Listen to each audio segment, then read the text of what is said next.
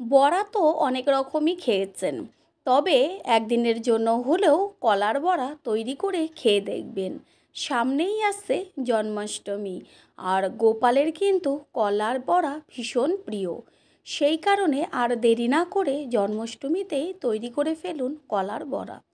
নমস্কার বন্ধুরা, শ্বশুর বৌমা রান্নাঘর অ্যান্ড ব্লগ চ্যানেলে সকলকে স্বাগত।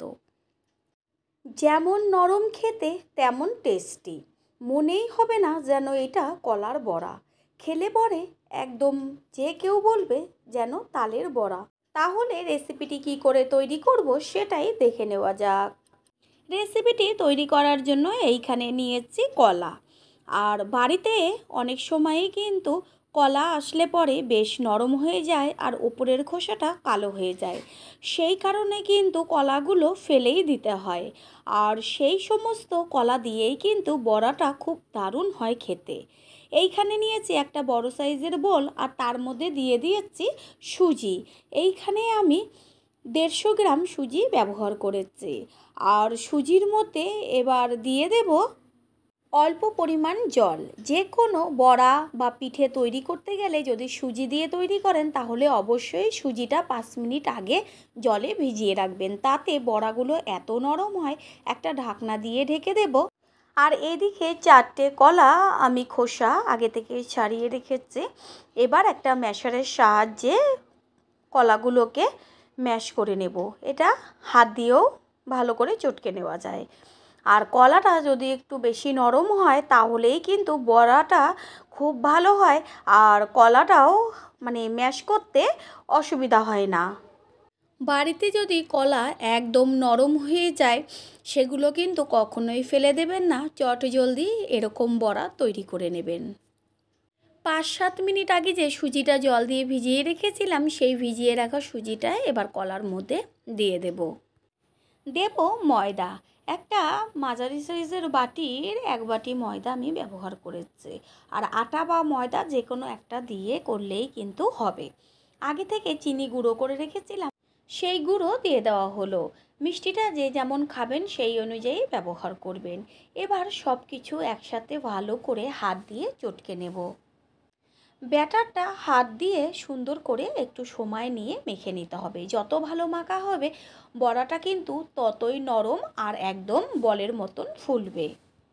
শুকনো অবস্থায় হাত দিয়ে মেখে নেওয়ার পরে এর মধ্যে ব্যবহার করব দুধ। দুধ কিন্তু আগেই বেশি করে দেব না, অল্প অল্প করে হাত দিয়ে মেখে মেখে দুধটা ব্যবহার করব। খেয়াল রাখতে হবে ব্যাটারটা যেন একদম পাতলা না হয়ে যায়, কারণ যেহেতু বড়া তৈরি করব সেই কারণে হাত দিয়েই ব্যাটারটাকে তেলে ছাড়তে হবে। সেই কারণে অল্প অল্প দুধ দেব আর খুব ভালো করে হাত দিয়ে মেখে নেব। মেখে নেওয়া কিন্তু একদম কমপ্লিট। গ্যাসের ওভেনে কড়াই বসিয়ে কড়াইতে দিয়েছি সাদা তেল, আর দেখাই যাচ্ছে তেল কিন্তু একদম সুন্দরভাবে গরম হয়ে গেছে। চারদিকটা একটু তেলটা ছড়িয়ে দিলাম। এরপরে হাতের মধ্যে কিছুটা করে ব্যাটারের অংশ নিয়ে আস্তে আস্তে বড়ার মতন গরম তেলে গ্যাসের ফ্লেম লোতে রেখে ছেড়ে দেব। ব্যাটারটা দেখা যাচ্ছে যে হাতের মধ্যে ধরা যাচ্ছে কিন্তু নরম। ঠিক সেইভাবেই ব্যাটারটা তৈরি করতে হবে। একটু নরম করে ব্যাটারটা তৈরি করলে তাহলে বড়াটাও ভীষণ নরম হবে। ঠিক এইভাবে গ্যাসের ফ্লেম লোতে রেখে আস্তে আস্তে বড়ার আকারে ছেড়ে দেব। নিচের পিঠটা হালকা কিন্তু লালচে একটা কালার চলে আসছে, আর যখন নিচের পিঠটা হয়ে যাবে কিছুটা সময় তাহলে কিন্তু নিজের থেকেই উঠে আসবে। এইভাবে নিচের পিঠটা উল্টে দেব উপরের পিঠটা হবার জন্য। এপিঠ ওপিঠ করে বড়াগুলোকে খুব সুন্দর করে লাল লাল করে ভেজে নেব। আর দেখা যাচ্ছে যে তেলে দেওয়ার পরেই কিন্তু বড়াগুলো কত সুন্দর ফুলে উঠেছে। পুরনো বন্ধুদের সবসময় আমাদের পাশে এইভাবে ভালোবেসে সবসময় সাপোর্ট করার জন্য অনেক অনেক অনেক ভালোবাসা। বড়াগুলো ভেজে নেওয়া হয়ে গেল। এবার তেল ছেঁকে আস্তে করে বড়াগুলোকে তুলে নেব। আর একইভাবে আরও যে ব্যাটারগুলো আছে সেগুলোকে ভেজে নেব। নতুন বন্ধুদের আমাদের চ্যানেল ভিজিট করার জন্য আন্তরিক শুভেচ্ছা। আমাদের রেসিপিগুলো যদি ভালো লেগে থাকে সাবস্ক্রাইব করে দেওয়ার অনুরোধ রইল, ও পাশে থাকা বেল আইকনে ক্লিক করলে পরবর্তী ভিডিওগুলো সবার আগে আপনাদের কাছেই পৌঁছে যাবে। এইভাবেই সব বড়াগুলোকে লাল লাল করে ভেজে নেব। তৈরি হয়ে গেল আজকের রেসিপি। আশা করি রেসিপিটি ভালো লাগলো। আর যদি ভালো লেগে থাকে একটা লাইক, কমেন্ট, পারলে একটা শেয়ার করে অবশ্যই জানাবেন।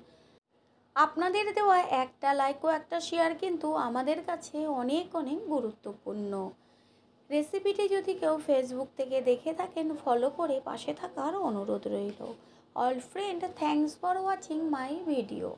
আপনারা সকলে ভালো থাকবেন, সুস্থ থাকবেন। আবারও দেখা হবে অন্য কোনো রেসিপির এপিসোডে।